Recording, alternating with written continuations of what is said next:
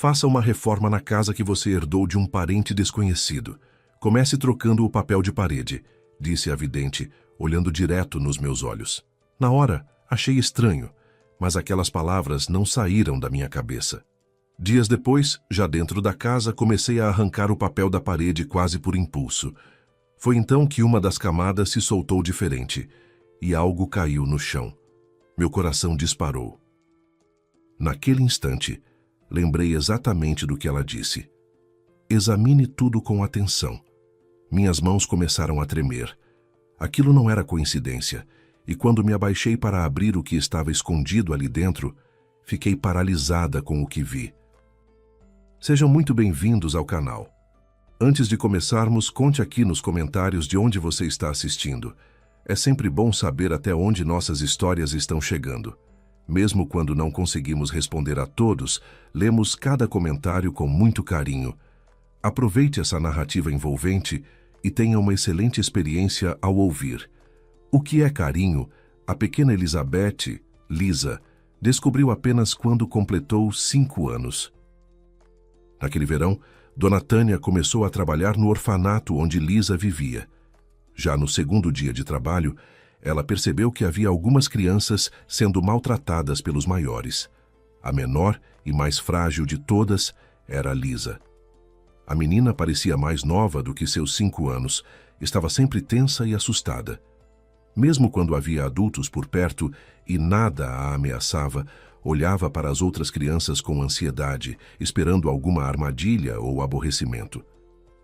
No seu terceiro dia de trabalho, Dona Tânia estava lavando o corredor e, de canto de olho, viu um menino de uns 8 anos passar correndo ao lado de Lisa e puxar com força o rabinho de cabelo loiro que ela usava no alto da cabeça. A menina levou as mãozinhas à cabeça, olhou com medo e mágoa para o menino que ria, e os olhos se encheram de lágrimas. Dona Tânia facilmente pegou o traquinas quando ele passou correndo por ela, apertou bem a orelha dele com os dedos e o arrastou até Lisa. Solta, tá doendo, tentava se soltar o travesso, mas Dona Tânia nem pensou em soltá-lo. Empurrou o menino até Lisa e disse, peça desculpas. Por quê? Olhou para ela o menino acostumado a ficar impune. Quer que eu te ajude a lembrar? Franziu o senho com severidade Dona Tânia, inclinando-se sobre o valentão. Posso ajudar, mas aí vai doer 10 vezes mais. Então, você lembra sozinho ou precisa de ajuda? O garoto não sabia o que esperar daquela nova cuidadora tão brava, e por isso resolveu não contestar. Virou-se para Lisa e disse, Lisa, me perdoa por ter puxado seu cabelo. E mais? Perguntou com severidade Dona Tânia. Lisa, não vou fazer isso de novo, murmurou o menino, virando-se novamente para a menina. A pressão que apertava a orelha do traquinas afrouxou, e ele se afastou de Dona Tânia, esfregando a orelha machucada e apressando o passo.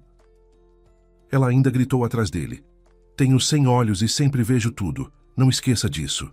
Depois, Dona Tânia se aproximou de Lisa, ajeitou com cuidado o rabinho e o vestidinho, olhou com carinho para os olhos assustados da menina e disse em voz baixa, nunca deixe ninguém te machucar. Se puder revidar, revide, e se não puder, recorra sempre às educadoras. Elas vão punir quem te fizer mal. Lisa nunca reclamava e nunca brigava. Ela não sabia fazer nenhuma das duas coisas. Quando a chamavam de nomes feios ou a maltratavam, simplesmente se enfiava em algum cantinho e chorava baixinho, tentando ser invisível e imperceptível para todos. E foi só quando Dona Tânia chegou ao orfanato que Lisa sentiu entrar em sua vida algo que nunca havia conhecido antes.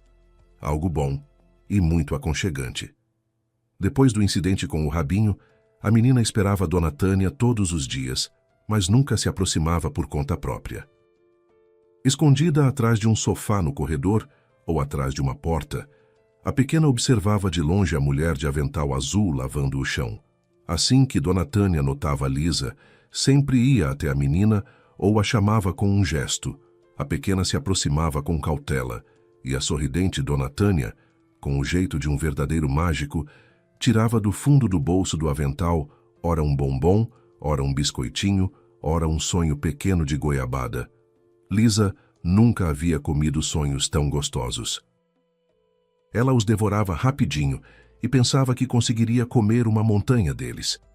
Certa vez essa oportunidade se apresentou. Depois do trabalho, Dona Tânia se aproximou de Lisa e perguntou com um sorriso: "Quer sonhos?" A menina acenou com a cabeça em silêncio, olhando curiosa para o bolso de Dona Tânia, mas esta apenas riu ao perceber o olhar da pequena e explicou que a diretora do orfanato havia permitido que Lisa fosse passar o fim de semana em sua casa. Que lá a menina encontraria uma tigela enorme de sonhos que Dona Tânia havia preparado naquela manhã, especialmente para a sua pequena visitante. Lisa tinha uma ideia muito vaga do que significava visitar alguém. Nunca ninguém a havia convidado para sua casa, mas ela confiava plenamente em Dona Tânia e por isso aceitou com alegria. A casa de Dona Tânia ficava a 2 passos do orfanato. Havia 3 meses, ela havia chegado com o marido e a filha de 20 anos, Camila, vinda da capital onde haviam vivido por muitos anos. Foram obrigados a isso porque o marido de Dona Tânia, após um acidente grave no trabalho, precisava de cuidados especiais. Havia ficado com deficiência e não podia mais trabalhar. Ele era natural daquela cidade do interior, onde tinha uma casa sólida que havia herdado. E foi assim que a família veio morar ali, definitivamente. Era nessa família que a pequena Lisa, de 5 anos, ia visitar. Assim que cruzou a soleira da porta, foi logo recebida por uma moça bonita e sorridente, Camila, a filha de Dona Tânia. "Oi, Lisa", sorriu a bela. "Meu pai e eu estamos te esperando. Vem, vou te apresentar a ele e depois a gente janta." O dono da casa, seu Beto, marido de Dona Tânia, pediu à menina que o chamasse de Vovô Beto. "E como é o seu nome?" lhes perguntou o homem, dirigindo-se devagar para a cozinha e apoiando-se pesadamente na bengala, embora aparentasse ter a mesma idade que a esposa, uns 50 anos. "Me chamo Lisa", respondeu timidamente a menina. "E sobrenome você tem, Lisa?" perguntou ele com um sorriso. "Tenho", ganhou coragem a menina e disse de uma vez: "Sou Silva, Elizabeth Silva." O homem acenou com a cabeça em aprovação. "Muito bem. É importante saber o próprio sobrenome. Quando crescer, quem sabe encontra algum parente."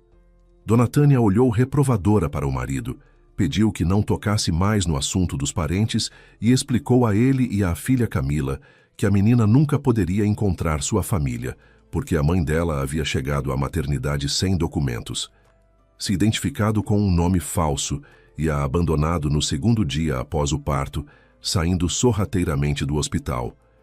Ninguém sabia quem era essa mulher.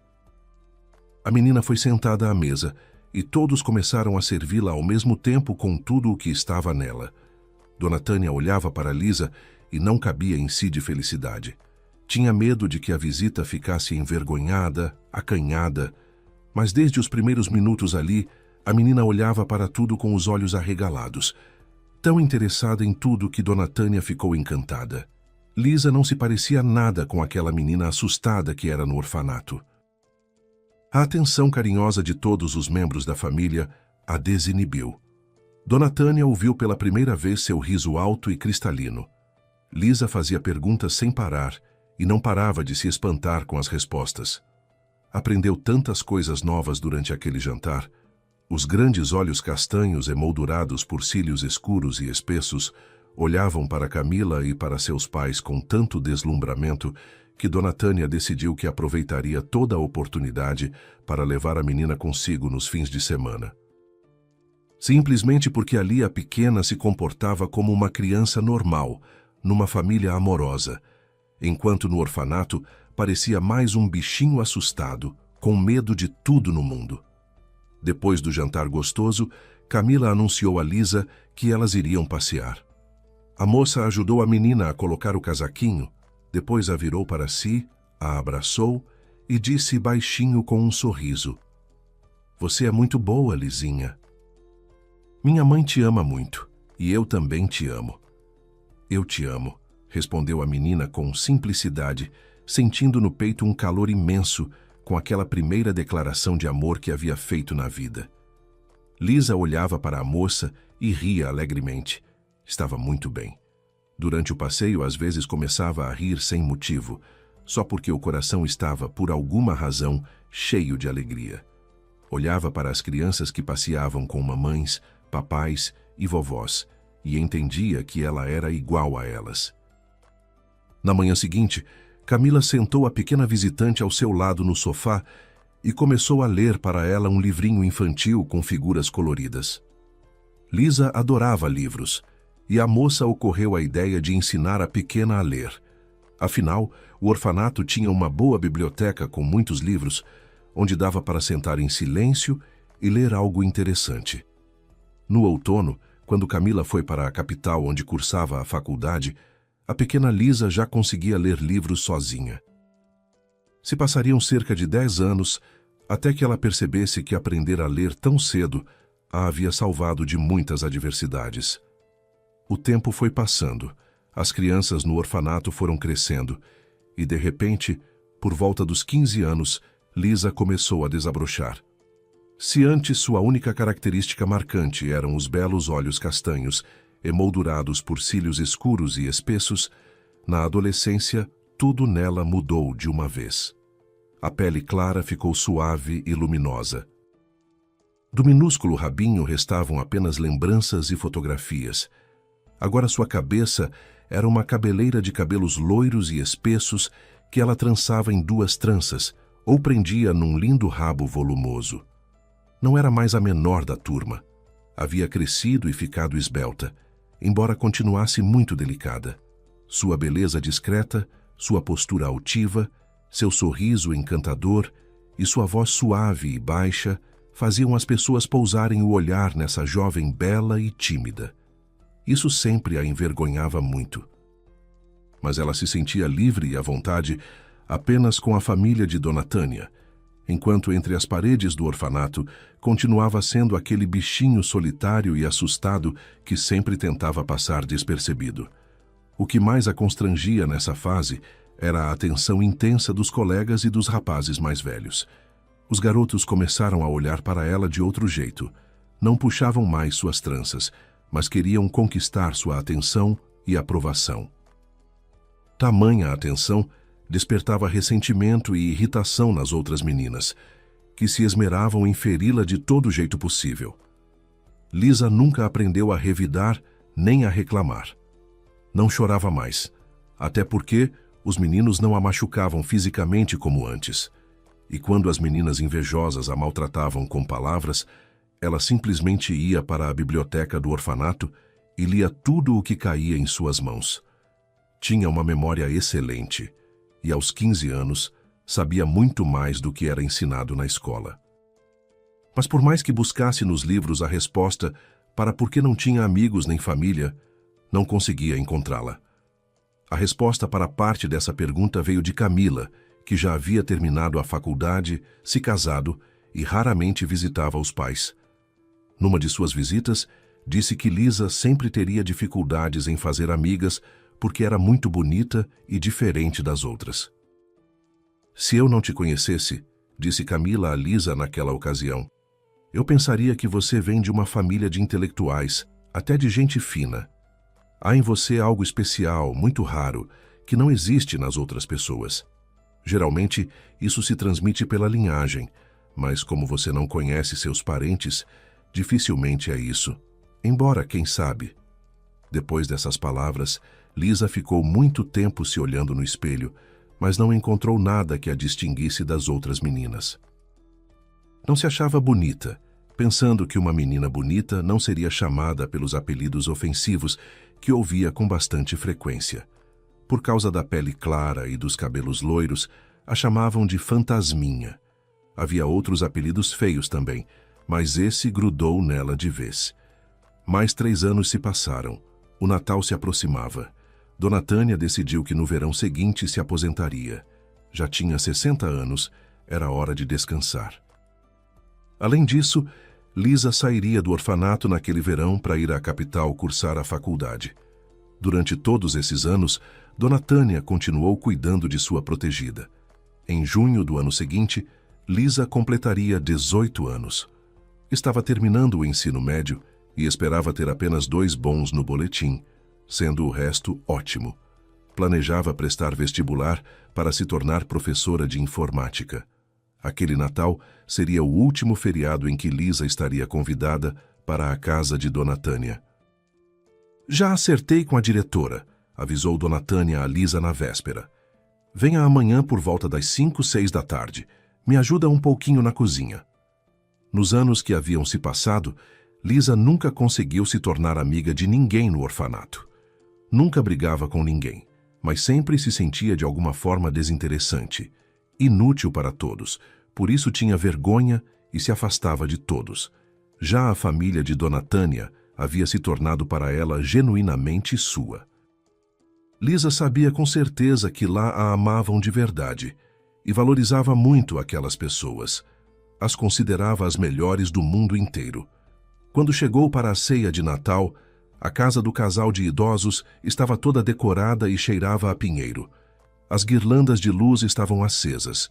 Bolas brilhantes penduradas no teto projetavam reflexos coloridos por toda a sala. Já bem à noite, chegou uma velha amiga de Dona Tânia, Dona Glória, com o marido. As amigas não se viam há quase 20 anos, e por isso o reencontro foi muito animado, com lágrimas de alegria. O casal foi apresentado a Lisa e logo todos se sentaram à mesa para celebrar. Desde o momento em que conheceu Lisa, Dona Glória não tirava os olhos da jovem. Pelo rosto da mulher idosa, era possível perceber que algo a perturbava muito. Quando Dona Tânia chamou a amiga para ajudá-la a trazer algumas coisas à mesa, Dona Glória perguntou na cozinha: "Sabe, fico olhando para essa menina e tenho a sensação de que já a vi em algum lugar." "Você não pode tê-la visto, Glória", contestou Dona Tânia. "Lisa nunca foi a lugar nenhum. Toda a vida dela é maternidade, abrigo para bebês, orfanato local e só. Bom, talvez umas 5 vezes em todo esse tempo ela tenha ido em excursão com as crianças. Dificilmente você cruzou com ela lá." "Tenho a sensação de que a conheço", disse Dona Glória, esforçando a memória com angústia. Celebraram juntos, trocaram presentes e deram uns mimos a Lisa também. À meia-noite, receberam o Natal com muita alegria. Na manhã seguinte, Dona Tânia preparava o café da manhã para os hóspedes. Dona Glória, que havia acabado de acordar, saiu até ela, fechou a porta atrás de si e disse em voz baixa: "É que eu estava certa." "Sobre o quê?" Olhou para ela sorrindo Dona Tânia. "Sobre o quê, não? Sobre quem?" Abaixando a voz ainda mais, disse Dona Glória: "Sobre Lisa. Eu nunca a vi antes, mas a reconheci. Lembrei de tudo." "Acho que você bebeu pouco ontem à noite", brincou Dona Tânia. "E está falando bobagem. Nunca viu, mas reconheceu. Como assim?" Dona Glória fechou ainda mais a porta da cozinha e se sentou à mesa. "Senta", disse ela seriamente para a amiga. "Escuta o que vou te contar." Dona Tânia jamais poderia ter imaginado que um dia ouviria algo assim. Não era apenas uma história, era parte de um segredo que dizia respeito à sua protegida Lisa. Dona Glória contou que quase 18 anos atrás, ela e o marido haviam se mudado para uma cidade do interior, onde logo conseguiu emprego como parteira numa maternidade, sua especialidade. Que logo no primeiro plantão levou uma advertência severa, pois havia cometido uma falha imperdoável, quase um crime. Dona Glória explicou que seu primeiro plantão durou da noite até a manhã seguinte. Aquela noite foi tranquila. Houve um parto simples, durante o qual ela ajudou o médico. Mais tarde fez uma ronda calma pelas enfermarias e de manhã se preparava para distribuir termômetros e verificar as puérperas. Estava preenchendo os últimos documentos quando uma moça jovem se aproximou e pediu que Dona Glória lhe devolvesse suas roupas. "Não posso", objetou severamente a parteira. "Não tenho nenhuma ordem de que alguém deva deixar a maternidade durante o meu plantão." "Por favor", implorou a jovem, olhando para ela com aqueles enormes olhos castanhos emoldurados por cílios escuros. "Estou bem. Me trouxeram ontem com uma dor aguda, mas já passou." "Que bom", disse Dona Glória. Daqui a algumas horas tem visita médica, e aí com certeza o médico vai te dar alta. Sem a autorização dele não posso te deixar ir. Mas entenda, disse a moça com lágrimas na voz. Eu preciso estar em casa antes de amanhecer. Minha mãe está convicta de que estou em casa, na cama. Cedo ela vai voltar do plantão noturno e vai ver que não estou lá, e minha mãe tem o coração doente. Ela pode simplesmente morrer. Dona Glória interrogou a bela moça à exaustão, e ela confessou que na noite anterior havia passado muito mal, com muita dor de barriga. Ela mesma chamou a ambulância. O médico do socorro, por alguma razão, achou que era problema ginecológico e a trouxe para a ginecologia. Como lá não havia vagas, a levaram direto para o andar das parturientes.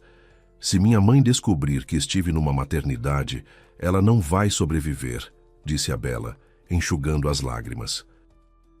Minha mãe é tão imaginativa, vai logo pensar em algo ruim e ela não pode se estressar. Me solta.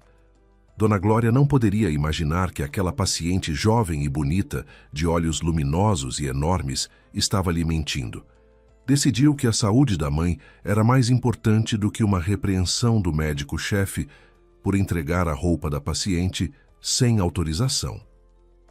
Dona Glória levou rapidamente a moça até o depósito, onde ficavam os armários com os pertences pessoais das pacientes, e entregou um saco com as roupas. A moça se trocou depressa e foi embora. Algumas horas depois, durante a visita médica, descobriu-se que ela era uma parturiente que 2 dias antes, com 1 mês de antecedência do prazo, havia dado à luz uma menina muito frágil e que havia fugido da maternidade deixando a filha recém-nascida para trás. Dona Tânia, que ouvia o relato de Dona Glória, não conseguia entender por que a amiga estava relembrando acontecimentos de quase 20 anos atrás. Estava prestes a perguntar quando Dona Glória explicou por conta própria. Sua Lisa é a cara daquela jovenzinha bonita que fugiu da maternidade. É uma cópia perfeita. A estatura, o corpo, o rosto, aqueles olhões. Dona Tânia se deixou cair numa cadeira. Era a primeira vez que ouvia algum detalhe sobre a vida de Lisa e de sua mãe. Me conta tudo o que você sabe sobre aquela moça, pediu a amiga. Dona Glória contou que, quando o médico entrou na enfermaria, onde estava a moça que havia fugido, encontrou apenas o roupão hospitalar e os chinelos dela, e franziu a testa. Onde está a paciente? Olhou severamente para Dona Glória, o médico. Ela, tropeçando nas palavras, começou a explicar o que havia acontecido. O médico mandou imediatamente Dona Glória ir ao endereço que a paciente havia deixado e não voltar à maternidade sem ela, esclarecendo que a moça havia deixado lá a própria filha recém-nascida. Foi um golpe verdadeiro para a parteira crédula. Ela saiu correndo imediatamente para o endereço que a jovem havia informado ao ser admitida. Mas o endereço era falso. Ficou comprovado que ninguém com aquele nome morava ali. Lá, havia 40 anos, vivia um casal de idosos solitários. Só ao voltar à maternidade, Dona Glória soube que a moça havia sido trazida da rua, onde havia entrado em trabalho de parto prematuro. Suas colegas logo concluíram que a jovem mãe havia planejado tudo com antecedência. Ao ser levada para a maternidade, já tinha decidido abandonar a filha. Para não ser identificada nem procurada, havia inventado um nome e um endereço falsos. A história da mãe com coração doente também era mentira. Ninguém sabia onde procurar a mãe. Toda a atenção dos médicos se voltou para a menina abandonada. Quando Lisa nasceu, os médicos quase que por unanimidade acreditavam que as chances de ela sobreviver eram mínimas. O nome da menina foi dado quando já tinha 3 meses e era transferida da maternidade para o abrigo de bebês. Chamaram-na Lisa, em homenagem à médica que, com esforços incríveis, conseguiu salvar a pequena abandonada e frágil. E o sobrenome foi dado sem hesitar, Silva. A primeira coisa que veio à cabeça quando foi preciso preencher os documentos na alta. Terminando o relato, Dona Glória olhou significativamente para a amiga e disse: "Foi o episódio mais desagradável e imperdoável de toda a minha carreira. Ainda me envergonha até hoje. Nunca me esqueci daquela mulher e, quando vi sua Lisa, Soube com certeza que já a havia visto. Só que se passaram muitos anos, não me lembrei logo daquele episódio. Mas agora não tenho nenhuma dúvida de que foi ela quem foi abandonada naquela maternidade. E até o nome bate. E sobre a mãe, nunca souberam nada mais? Perguntou Dona Tânia com uma frágil esperança. Muito pouco, mas souberam alguma coisa, disse Dona Glória. Nosso médico-chefe foi à polícia na época. Pediu ajuda nas buscas. A polícia trabalhou bem. Publicaram a foto da mãe no jornal local e na televisão, mas sem mencionar que ela havia abandonado a criança. Simplesmente disseram que havia sumido e estava sendo procurada. Dona Tânia prendeu a respiração. Pareceu a ela que a amiga estava prestes a revelar o nome dos pais de Lisa, mas ela a decepcionou. Contou que logo depois uma senhora de quase 90 anos foi à polícia. Ela falava de maneira confusa e atrapalhada, e bem naquele dia havia ocorrido um crime grave na cidade e toda a polícia estava em busca do criminoso.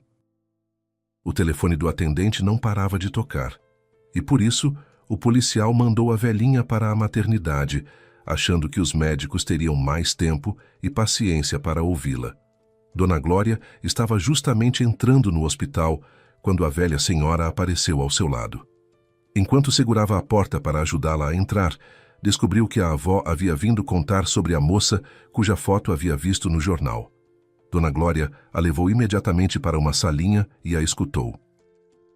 A senhora idosa contou que a moça da foto se chamava Vera, mas que elas nunca haviam se falado diretamente. Porém, havia conversado algumas vezes com a mãe de Vera, Dona Rosa Romão. Elas eram vizinhas. A mulher com a filha havia alugado uma casinha pequena na periferia da cidade do interior, vizinha à casa da velhinha. Havia cerca de um mês. A avó disse que havia mais ou menos 1 ou 2 dias antes de o anúncio sair no jornal, a moça e a mãe dela haviam sumido. Era tudo o que a velhinha sabia. Na maternidade concluíram então que a jovem mãe e a avó da menina haviam fugido juntas da cidade. A polícia nunca conseguiu descobrir onde estavam essas pessoas. Dona Tânia ouviu atentamente o relato da amiga, mas percebeu que não havia aprendido nada de concreto. Decidiu que não contaria a Lisa o que havia ouvido, para não perturbá-la à toa. Se a polícia não conseguiu encontrar as pessoas cujos nomes conhecia, Lisa provavelmente tampouco conseguiria. No verão, Lisa ingressou na faculdade e foi morar na República Estudantil. Tudo se repetiu como no orfanato. Havia muita atenção da parte masculina e não menos resmungo invejoso e brigas da parte feminina. Ela se sentia oprimida pela atenção excessiva dos rapazes e pela hostilidade evidente das estudantes, mas jamais cogitou se justificar, explicar-se ou discutir. Engolia as ofensas em silêncio e, como havia feito no orfanato, queria sempre se esconder em algum lugar longe de todos. Por isso, quando um rapaz do último período de sua faculdade começou a cortejá-la com muito afinco, ela acabou concordando em se casar com ele. Lisa se mudou para o apartamento de 3 quartos de Rodrigo, herdado de seus pais. Lá se sentia bem mais tranquila. Ninguém assobiava maliciosamente atrás dela, nem lançava olhares tortos. Porém, bem depressa, Lisa percebeu que ela e o marido eram pessoas muito diferentes. Lisa tinha agora 34 anos. Já havia 15 anos que era casada com Rodrigo. A jovem mulher havia mudado pouco desde que deixara o orfanato. O sentimento de solidão e de não ser necessária a ninguém nunca havia desaparecido. Esse sentimento gerava nela medo, insegurança e decepção consigo mesma. Com o tempo, aprendeu a esconder de todos seus pensamentos, sentimentos e angústias reais. Ela era ela mesma, apenas com a família de Dona Tânia. Mas desde que Dona Tânia e o marido seu Beto haviam falecido, Lisa se sentia desesperadamente sozinha. Ninguém a compreendia, ninguém a apoiava, ninguém a amava de verdade. E embora para quem estava de fora parecesse que as coisas iam bem para ela, Lisa mesma sabia que não era assim. Era uma excelente profissional. Seus alunos conquistavam prêmios em Olimpíadas constantemente. E havia 5 anos havia sido convidada para lecionar informática na faculdade. Parecia que a vida pessoal também havia dado certo. O marido, Rodrigo, de 40 anos, era diretor de uma pequena concessionária de veículos pertencente a uma rede de um conhecido fabricante estrangeiro de automóveis. É verdade que o casal ainda não tinha filhos, mas fora isso, a vida parecia ter dado certo. Terminando a última aula na faculdade, Lisa voltava para casa sem pressa. Chegou sem chamar atenção ao seu edifício, entrou no hall, cumprimentou com um sorriso o porteiro, preparando-se para passar, mas ele a chamou. "Lisa, tenho uma coisa aqui para a senhora", disse o porteiro com um sorriso, girando nas mãos um envelope vermelho. "E o que seria?", perguntou ela. "Um motoboy veio trazer uma carta registrada para a senhora", explicou o homem, estendendo o envelope. "Aí eu assinei o recibo. Tome." Nas mãos de Lisa havia um envelope grosso e bonito. Pelo endereço do remetente, entendeu que havia sido enviado de um cartório. Abriu o envelope e retirou uma carta impressa em papel timbrado. Estava escrito que um certo Bernardo Romão havia lhe legado um imóvel. O tabelião convidava Lisa para comparecer ao cartório com o documento de identidade nos próximos dias para assinar a petição de aceite da herança ou renunciar a ela. Havia uma observação no final dizendo que em uma semana expirava o prazo para a assinatura da petição. Se a herdeira o perdesse, teria que recorrer à justiça para reivindicar a herança. Por mais que tentasse lembrar quem era aquela pessoa, a memória não lhe dizia nada. Decidiu ir ao cartório no dia seguinte. Talvez pelo endereço do imóvel herdado, conseguisse descobrir quem lhe havia deixado aquela propriedade. Por ora, decidiu não dizer nada ao marido. Lisa estava quase convicta de que era um equívoco absurdo. Afinal, não tinha parentes nem amigos próximos que pudessem lhe deixar algo em herança. À noite, Rodrigo chegou do trabalho. Tomou banho e foi à cozinha onde a esposa preparava o jantar. "Que cansativo hoje", queixou-se o homem com desânimo. "Se não precisar da minha ajuda, vou descansar um pouco." "Claro", sorriu Lisa. "Descanse, quando o jantar estiver pronto, te chamo." Ela via que o marido estava sem humor.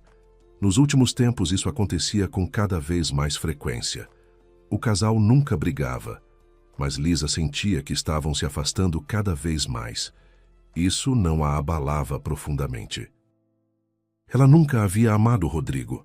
Havia se casado com ele achando que com ele viria a tranquilidade e a estabilidade. Conseguiu as duas coisas, mas descobriu que não era suficiente para a felicidade. Lisa já havia entendido há muito tempo que nem todos têm o destino de ser felizes. Ela se incluía entre as pessoas que, por alguma razão, não devem contar com a benevolência do destino, devendo se contentar apenas com o que ele lhes oferece. Havia se conformado com isso e aceitava a vida como ela era. Estava convicta de que não estava em seu poder mudar nada. Agora também sentiu o descontentamento não expresso do marido, mas não lhe perguntou nada.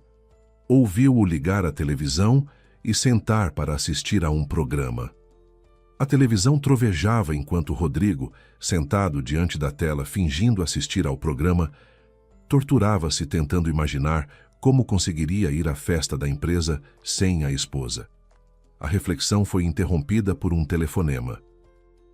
Era a sua namorada Ritinha, que havia chegado ao escritório dele 7 meses antes para cobrir a licença maternidade da secretária. "Rodrigo", ouviu o homem no aparelho, a voz jovem e dengosa. "Fui hoje à loja escolher um vestido para a festa da empresa e a vendedora me disse que o ideal seria eu saber como você vai estar vestido. É para a gente combinar no visual. O que você vai usar?" O homem aumentou o volume da televisão. Foi para a varanda, fechou a porta atrás de si e respondeu à amante. "Ritinha, não precisava ligar. Vou de smoking preto e camisa branca. Você sabe que toda a diretoria sempre se veste assim nas festas." "Ótimo", animou-se Ritinha. "Eu escolhi um vestido longo para a noite. É azul e vai combinar muito com o seu smoking preto." Rodrigo sentiu que começava a se irritar. Não ligava para o que Rita ia vestir. Mas nesses papos inúteis ela estava toda contida. Era capaz de debater com seriedade sobre detalhes completamente sem importância e deixar passar o essencial. Rodrigo sentiu uma vontade de trazer sua leviana amada de volta à realidade. Você está comemorando cedo, Ritinha, disse ele à moça, controlando a irritação. Minha esposa pretende ir à festa e eu ainda não pensei em como dissuadi-la. Ah, é assim, irritou-se a moça. Então saiba que, se você não estiver sozinho, eu também encontro com quem ir. Para não irritar ainda mais a amada e não se irritar também, Rodrigo desligou o telefone e o deixou desligado. Havia uma semana, Rodrigo havia comunicado a Lisa que em breve haveria uma festa na empresa. Lisa nunca ia a eventos desse tipo. O homem estava 100% certo de que a esposa recusaria desta vez também. Mas, para surpresa dele, ela manifestou o desejo de ver com quem seu marido trabalhava e como eles comemoravam. Isso o surpreendeu. Ele tinha planos completamente diferentes para a noite da festa. A presença da esposa arruinaria esses planos. Afinal, se ela fosse, Ritinha não poderia ficar do lado dele a noite toda. No melhor dos casos, conseguiria convidá-la para 2 danças, pois, caso contrário, a esposa suspeitaria de algo. Rodrigo achou que ainda era cedo para comunicar a Lisa que o divórcio era uma questão de tempo. Entendia perfeitamente que Lisa lhe conferia uma imagem positiva, inteligente, bonita, refinada, dona de modos requintados. Quando aparecia com ela em sociedade, os olhares dos presentes inevitavelmente se voltavam para eles. Os homens se aproximavam para apertar a mão de Rodrigo, mas ele sabia muito bem que todos queriam trocar algumas palavras com sua esposa inteligente, fazer-lhe um elogio, expressar admiração. Isso o lisonjeava e às vezes o ajudava a resolver certas questões de trabalho. Bastava, na presença da esposa, mencionar algum problema simples a alguém da direção para que este fosse resolvido imediatamente. Rodrigo sabia que sua esposa possuía um charme incrível, que fazia os homens atenderem prontamente a todos os seus pedidos e desejos, ou aos pedidos do marido. O problema é que a própria Lisa não percebia isso. E quando Rodrigo tentava explicar que ela possuía possibilidades que outras mulheres só podiam sonhar, Lisa discordava e ficava irritada. Ela tinha uma opinião muito baixa de si mesma, resquício da infância. Rodrigo entendia que Ritinha não chegava nem perto de Lisa, que havia se revelado uma pessoa de refinamento natural, embora na prática fosse uma pobre criança abandonada e criada num orfanato. Mas Ritinha ria de forma tão contagiante, era tão espontânea, amava tanto Rodrigo e o admirava tanto, sua inteligência, suas possibilidades, sua generosidade. A esposa, ao contrário de Rita, não tinha uma opinião tão elevada sobre suas capacidades e sua singularidade. Isso irritava Rodrigo. Ele achava que Lisa o subestimava. Ela repetia constantemente ao marido que uma pessoa, especialmente um gestor, precisa se desenvolver continuamente, aprender, conhecer coisas novas. Mas a Rodrigo isso não interessava em nada. Ele havia largado a informática logo após a faculdade, porque nessa área tudo muda rapidamente e é difícil acompanhar os novos conhecimentos.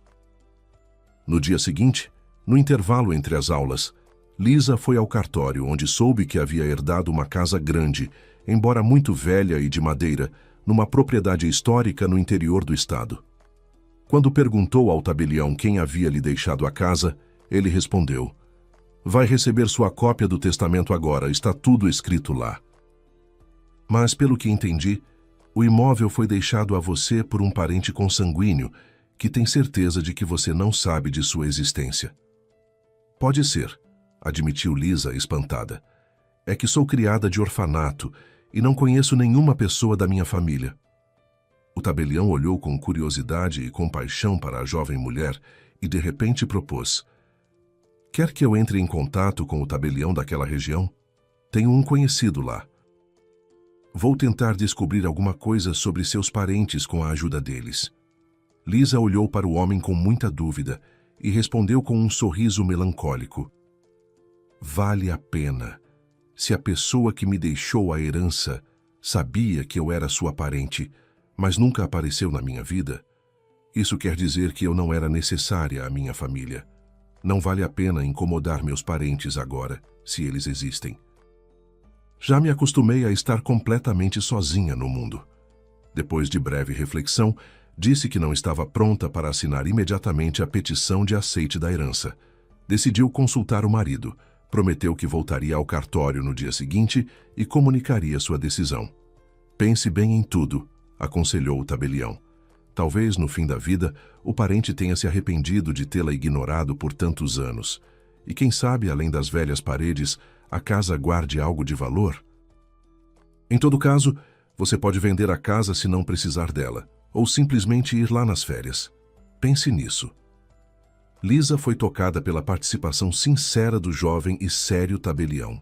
Havia muito poucas pessoas em sua vida que se preocupavam com ela e lhe davam conselhos sábios. Ele lhe lembrou de alguma forma a família de Dona Tânia.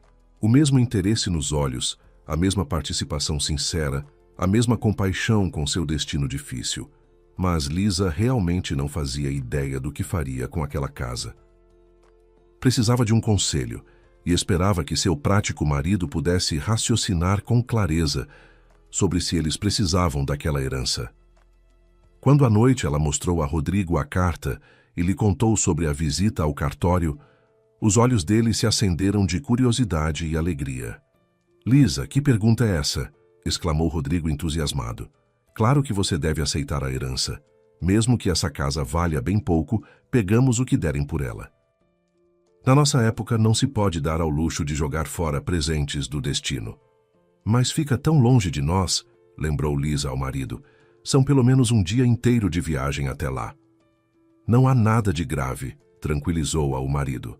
"Você vai ao cartório amanhã mesmo e assina a petição. E em uma semana já terá o documento em mãos provando que é dona da casa. Precisa ir lá logo porque senão a molecada local vai achar que a casa está abandonada e vai invadir, destruir tudo até os alicerces."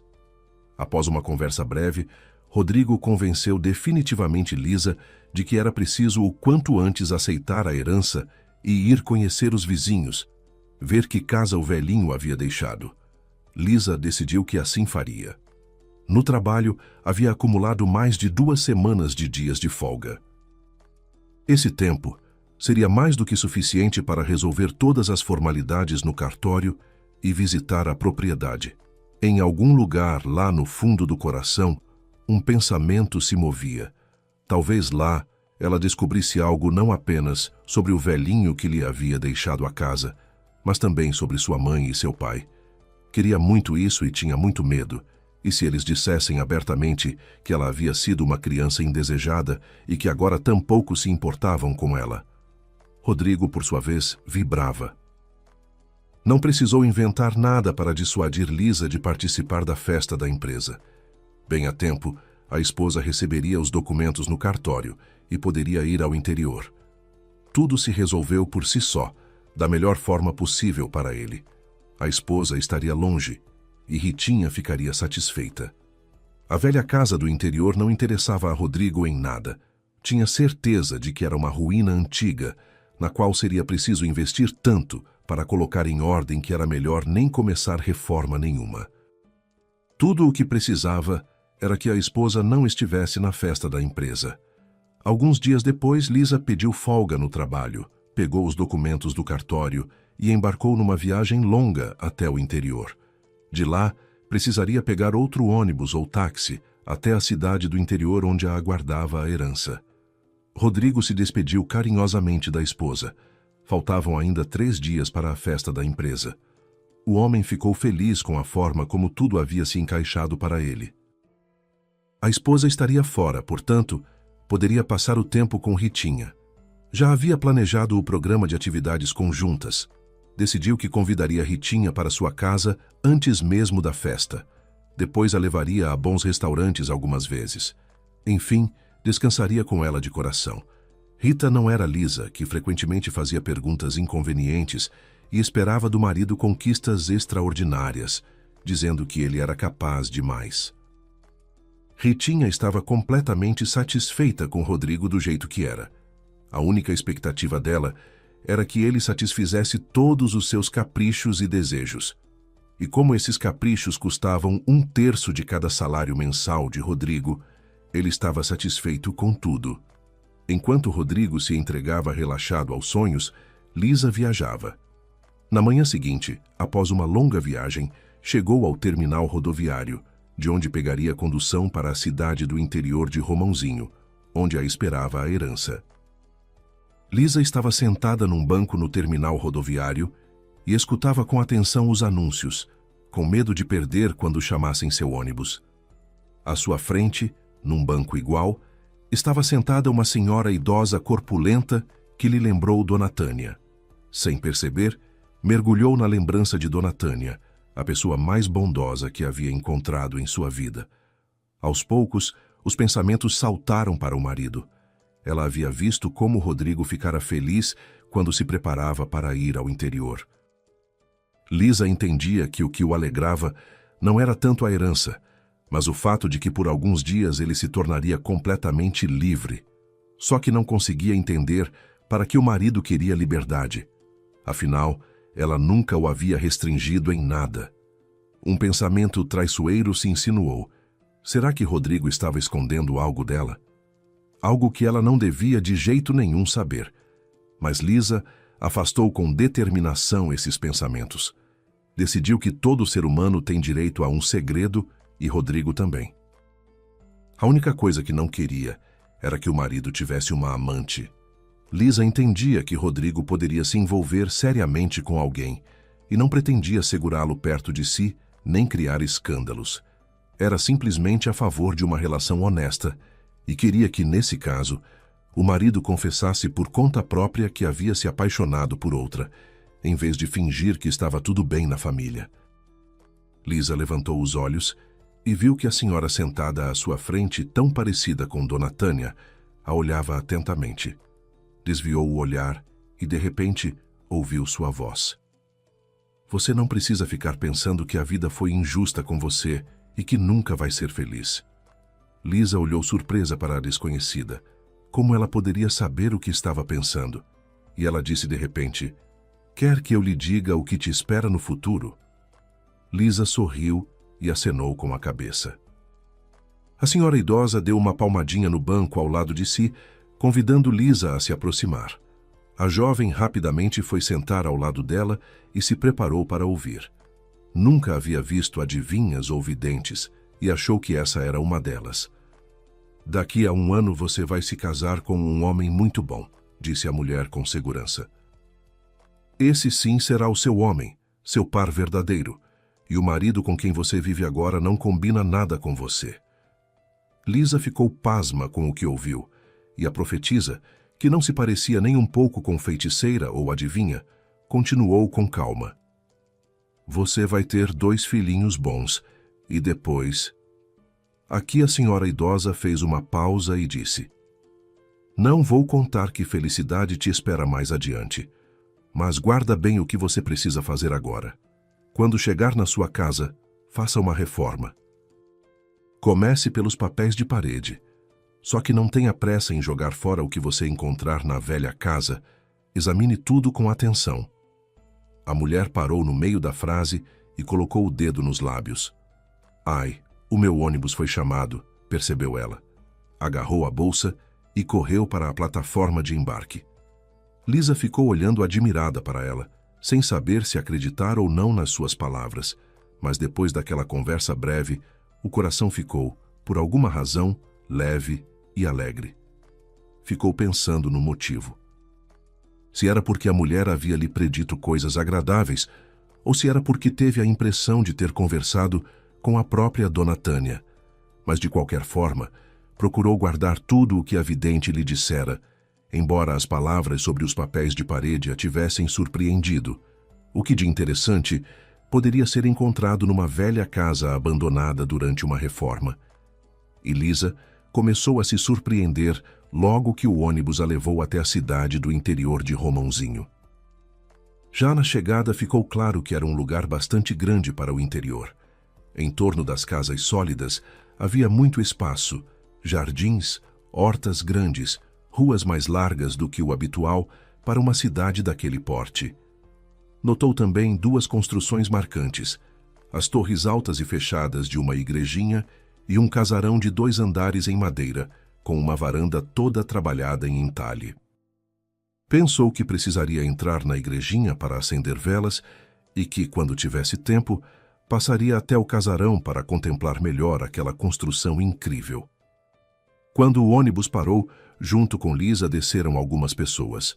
Ela logo perguntou o endereço de sua casa às pessoas ao redor, e elas apontaram justamente para aquele grande casarão com a varanda entalhada que havia lhe chamado tanto a atenção. Logo estava diante da cerca daquela casa. Ao vê-la, saíram de um portão vizinho um casal de idosos que se dirigiram até Lisa. "A senhora não seria Elizabeth?" perguntou o velhinho, semicerrando os olhos com dificuldade de enxergar. "Sou sim, como o senhor adivinhou?" surpreendeu-se a jovem. "O Bernardo nos avisou que você viria", disse o velhinho, e a velhinha explicou. "É o antigo dono, Deus o tenha. Ele, antes de morrer, nos disse que havia deixado a casa para você. Disse que você devia guardá-la, não vender. Que é seu ninho familiar." Lisa esboçou um sorriso amargo. "Seu Bernardo foi longe demais", disse ela com ressentimento. "Não tenho parente, família, ninho familiar nenhum. Sou órfã." "Não fique com raiva dele", pediu com pena a velhinha. "A senhora não sabe o quanto ele sofreu. Ele e sua avó procuraram a senhora até os últimos dias, mas a senhora tinha sumido como se tivesse caído n'água. A avó morreu há uns 10 anos e o Bernardo se foi faz uns meses. Foi justamente quando a encontrou. Imediatamente fez o testamento em nome dela, e depois disso já começou a definhar. Em 2 meses o homem foi embora. E que homem robusto ele era. Um gigante." Lisa entendeu que aqueles velhinhos podiam contar muita coisa interessante sobre sua família, mas estava muito cansada da viagem. E ainda precisava se instalar e ver a casa. Disse que naquele dia estaria ocupada, mas que no dia seguinte, se os velhinhos pudessem lhe dar um tempinho, ficaria feliz em escutá-los. Os vizinhos foram sem pressa para casa. Lisa abriu o portão, se aproximou da casa e começou a observá-la com admiração. Era uma bela construção de 2 andares em madeira. Sobre o segundo andar se erguia uma varanda ampla toda trabalhada em entalhe. Era uma casa incrivelmente bonita, quase de conto de fadas. Por dentro tudo era igualmente bonito e incomum. Havia a sensação de que a casa era habitada. Mas Lisa sentiu imediatamente que não conseguiria passar a noite ali. Não era nada supersticiosa, mas parecia a ela que entre as paredes daquela casa se sentia com bastante clareza a presença do velhinho que a havia deixado em herança.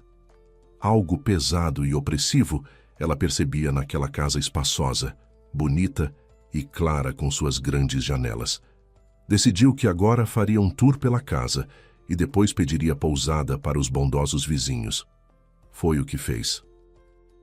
Após algumas horas percorrendo todos os cômodos e dependências da casa e examinando tudo com atenção, bateu à porta dos vizinhos. Estes a receberam com hospitalidade, dizendo que a casa deles era grande e haveria lugar para dormir para todos. E ao chá da tarde, a conversa recaiu sobre o próprio Bernardo, que havia deixado a casa para Lisa. O velhinho vizinho, que pediu para ser chamado de vovô Neco, começou seu relato de longe. Contou à convidada que a cidade do interior de Romãozinho havia surgido há quase 2 séculos. Seu nome veio de um barão Romão, que havia sido gravemente ferido numa batalha e veio ali se recuperar.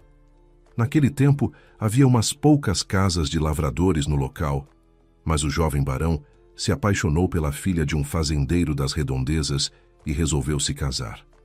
Em 1 ano, construiu para sua futura família aquele casarão, o mesmo que agora pertencia a Lisa.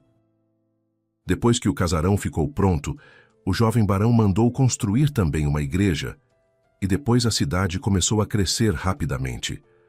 O barão Romão era um dono astuto, inteligente, corajoso e responsável. Construiu uma escola, fundou um posto de saúde. Os moradores de Romãozinho viviam bem. Quase todos tinham uma boa propriedade, e os mais pobres trabalhavam na fazenda do barão. Este tinha famosas cocheiras, gado bovino, vários apiários e grandes campos. Em Romãozinho sempre se respeitou as pessoas fortes e trabalhadoras. A maioria era assim. E os preguiçosos e bêbados eram tão mal vistos que não ficavam por muito tempo. As guerras e os tempos difíceis, os moradores de Romãozinho sobreviveram a tudo. E por mais difícil que fosse, ninguém nunca traiu os descendentes daquele barão Romão. Foi por isso que o casarão se preservou, porque sempre houve pessoas morando nele. Pela tradição estabelecida, na casa sempre ficava a família do filho mais velho. Os outros filhos podiam se mudar para onde quisessem. O filho mais velho cuidava dos pais e preservava o ninho familiar. Nas grandes festas, todos os descendentes dos Romão se reuniam. Com frequência chegavam 60, 80 pessoas ao mesmo tempo, entre hóspedes e moradores da casa.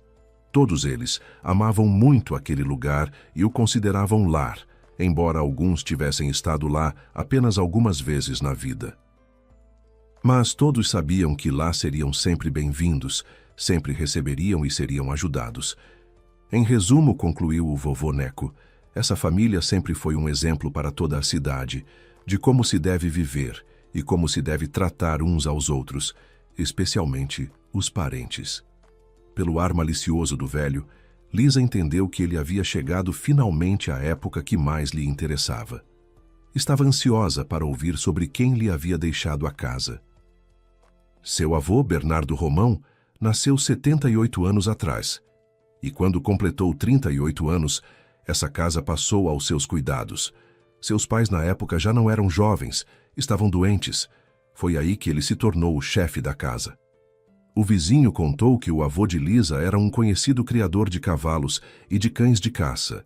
Tinha relações com artistas e atores famosos, com altos funcionários. Com frequência, alguns deles eram hóspedes em sua propriedade. E, em geral, a família era muito interessante, culta, inteligente. A esposa, Dona Rosa, era médica de profissão, mas passou toda a vida na cidade do interior, nunca trabalhou formalmente, porém tratava os moradores e nunca cobrava deles. O vovô Neco também contou que o casal tinha uma filha, Vera, uma jovem bonita, de cabelos loiros e olhos castanhos enormes. Ela foi para a capital e ingressou, assim como a mãe, na faculdade de medicina. Mas sua beleza lhe pregou uma peça cruel.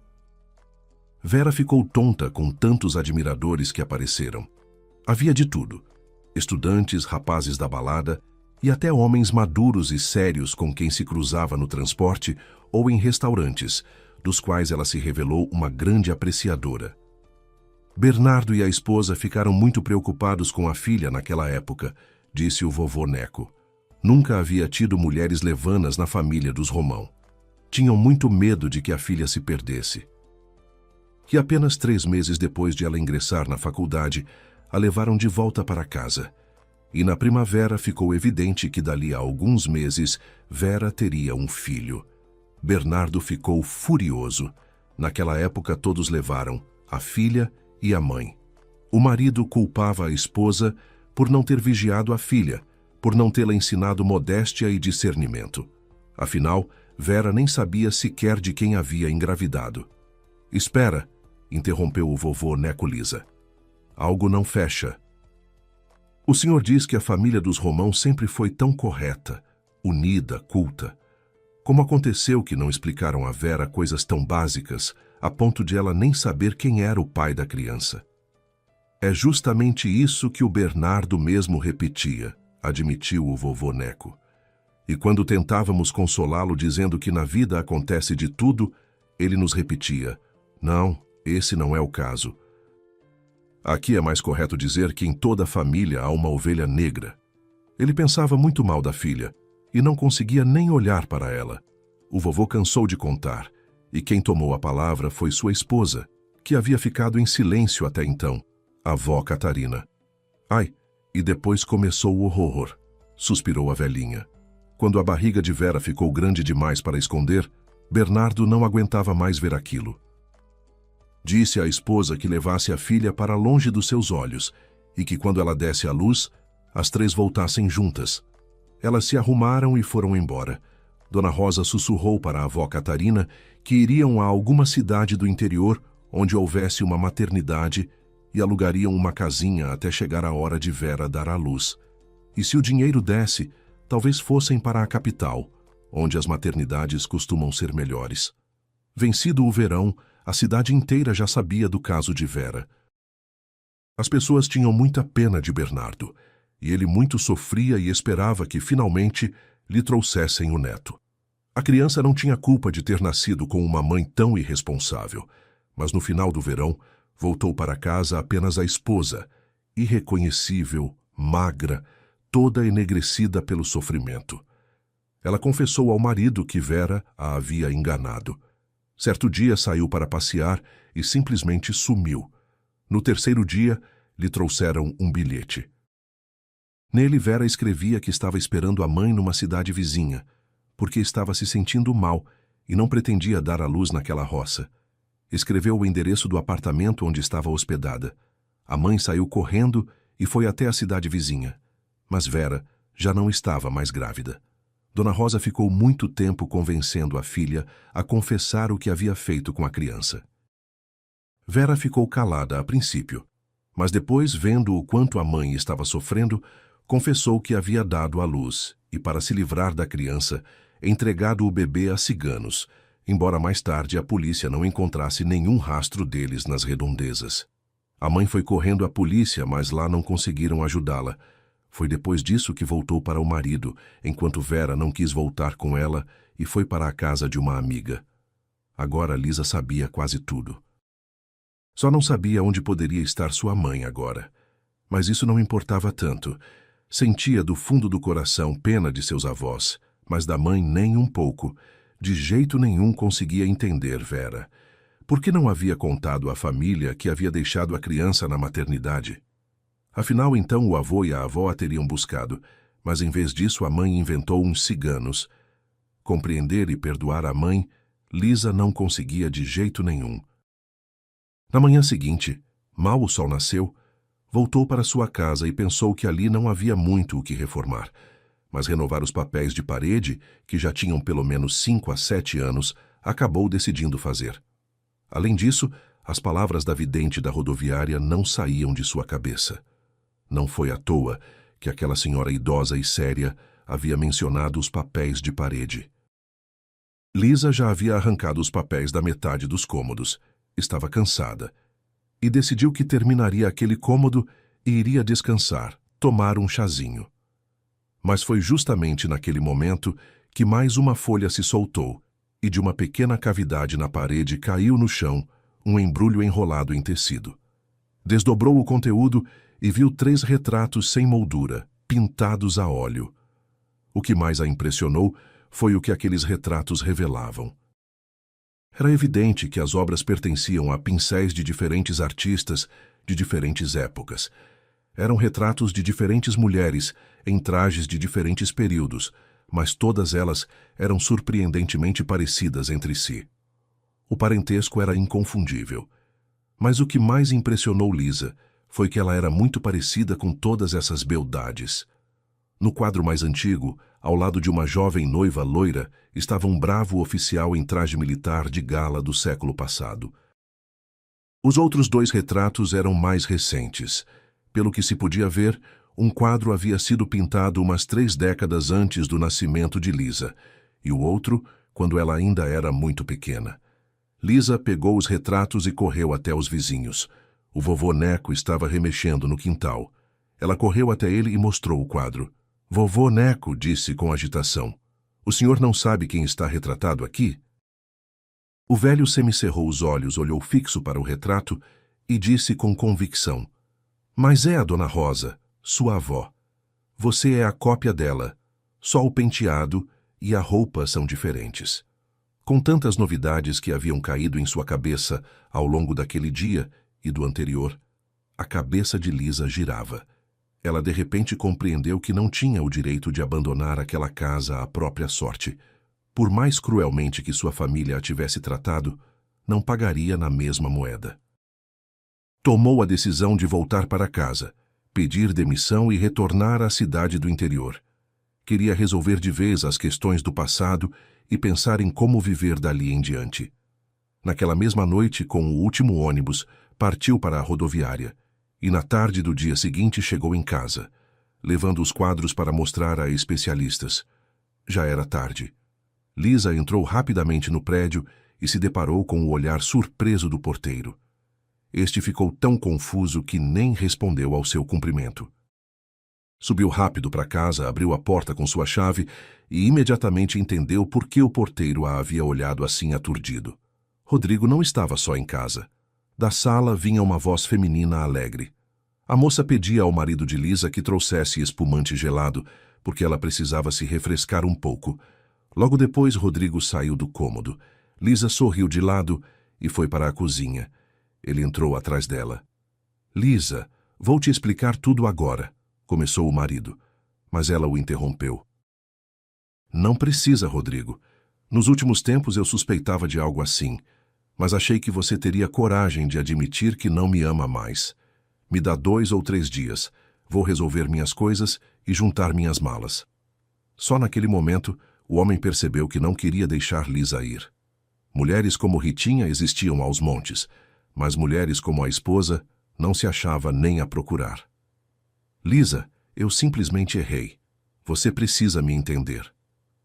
Com a voz alta de Rodrigo, Ritinha saiu correndo do cômodo. Ficou confusa ao ver a esposa do seu amado, mas logo pensou que precisava aproveitar a situação. Rodrigo já havia decidido se divorciar de você há muito tempo, disse Rita com falsa compaixão. Mas ele ficava adiando, porque não queria magoá-la. Você sabe como ele é sensível. Lisa não respondeu nada, apenas pensou que nos últimos dias sua vida havia ganhado uma velocidade vertiginosa. Os acontecimentos se desenvolviam segundo um roteiro imprevisível, e ela tinha muita vontade de saber o que a aguardava dali em diante. No dia seguinte, cedo pela manhã, começou a resolver a questão do pedido de demissão. Depois levou os quadros que havia trazido do interior a um estabelecimento especializado. Não pretendia vendê-los, mas queria ouvir a opinião de especialistas e, ao mesmo tempo, planejava encomendar molduras para poder pendurar os quadros nas paredes da casa. Ela já se aproximava do estabelecimento, localizado no centro da cidade, quando alguém a chamou pelo nome. Virando-se, viu o tabelião, aquele mesmo que havia tratado de seu processo de herança e lhe oferecera ajuda para buscar informações sobre os parentes. Eu achei que a senhora estivesse agora conhecendo o interior e reformando a casa, sorriu o homem. Lisa o via em pé pela primeira vez. Nas ocasiões anteriores, eles se haviam encontrado 3 vezes, mas ele estava sempre no gabinete, sentado atrás de sua mesa. Agora o viu direito. O tabelião Marcelo era alto, atlético, de ombros largos, como aquele bravo oficial em traje militar de gala do quadro do velho artista, no qual estava retratado com sua distante parente. Lisa não pôde deixar de pensar que aquela dama e ela tinham o mesmo gosto quando se tratava de beleza masculina. Se tivesse que escolher um homem, escolheria o tabelião. Esses pensamentos a constrangeram. Havia visto Marcelo algumas vezes na vida e sempre rapidamente. Quando havia ele conseguido lhe agradar? Lisa não estava pronta para admitir para si mesma que ele lhe havia agradado desde os primeiros minutos de conhecimento. Um rosto simples, um tanto rude, um olhar firme, frases diretas. Mas quando Marcelo soube um pouco mais sobre o triste destino da pequena Lisa, algo nele pareceu se virar, se agitar, e isso só acontece quando as pessoas se compreendem e se sentem bem. Lisa contou que estava indo ao estabelecimento avaliar os quadros. Marcelo pediu para acompanhá-la. Ainda tinha meia hora de intervalo para o almoço. Do estabelecimento eles saíram perplexos. O avaliador propôs imediatamente uma quantia enorme pelo quadro da noiva com o oficial, mas ambos entendiam perfeitamente que os avaliadores sempre rebaixam bastante o preço e que, na verdade, a tela valia muito mais do que o valor oferecido. Eu nem planejo vender os quadros, admitiu Lisa. Esperava que talvez me contassem mais sobre a época em que foram feitos ou sobre o artista.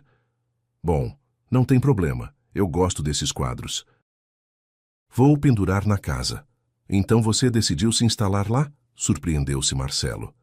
Lisa não percebeu quando lhe contou sobre os acontecimentos dos últimos dias, sobre a avó e o avô, sobre o marido infiel, sobre o desejo de viver no ninho familiar e a esperança de que um dia alguém de sua família fosse até lá. Afinal, os vizinhos disseram que sua família era grande e muito unida. "Tenho inveja de você", disse Marcelo após ouvir a história. "Eu não tenho mais nenhum parente. Tenho muitos amigos, mas família nenhuma. Tenho que ficar dias e dias no trabalho para não enlouquecer de solidão em casa." "Então venha me visitar", convidou Lisa. "Acontece que minha casa é uma antiga propriedade que um dia pertenceu a uma família de barões." 3 semanas depois, Marcelo cumpriu a promessa e foi. Lisa estava justamente começando a colocar os papéis de parede. Ele entrou na empreitada e, na tarde do mesmo dia, quase todos os papéis estavam colados. Só faltava colar no corredor e em 2 depósitos grandes. Marcelo havia chegado para ficar apenas 3 dias, mas gostou tanto da cidade do interior que não queria ir embora. Partiu com muita dificuldade. E só ao chegar em casa, percebeu que não estava com vontade de sair dali, mas sim de sair da presença de Lisa. Ela era tão extraordinária, tão delicada, refinada, inteligente e leve. Era exatamente essa a mulher com que havia sonhado a vida toda. Marcelo não queria parecer intrometido ou leviano para Lisa, por isso logo depois tirou férias e foi até ela com o pretexto de que estava muito cansado, pois havia 2 anos que não descansava, e pediu para ficar 1 mês em sua grande casa. Durante aquele mês, eles se conheceram muito bem. Lisa contou a Marcelo sobre a vidente que havia predito que ela em breve encontraria seu homem. "Parece que", acrescentou com hesitação, "eu já encontrei esse homem. E esse homem é você." Meio ano depois, o casal se casou. Antes disso, Marcelo fechou seu cartório e, por vontade própria, deixou a profissão. Amigos e conhecidos o dissuadiram como puderam, pois ele tinha um trabalho tão respeitado e lucrativo. Mas Marcelo era irredutível, e com os filhos a vidente errou. Em 3 anos, Lisa deu à luz 3 crianças. Primeiro um filho, e quando ele completou 2 anos, vieram ao mundo 2 irmãzinhas gêmeas. A essa altura, Lisa já havia conhecido 6 de seus parentes, que haviam vindo visitar o seu ninho familiar.